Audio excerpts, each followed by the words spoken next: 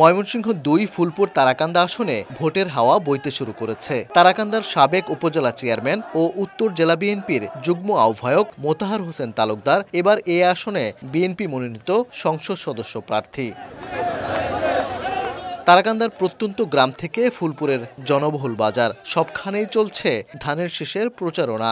জনসম্পৃক্ততা ও প্রতিশ্রুতির ঝাঁপি নিয়ে মাঠে নেমেছেন মোতাহার হোসেন তালুকদার।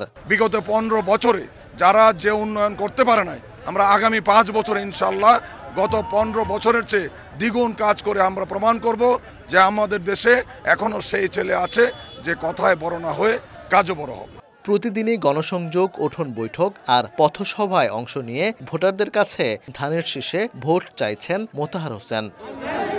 ওবায়দুল হক, সময় সংবাদ, ময়মনসিংহ।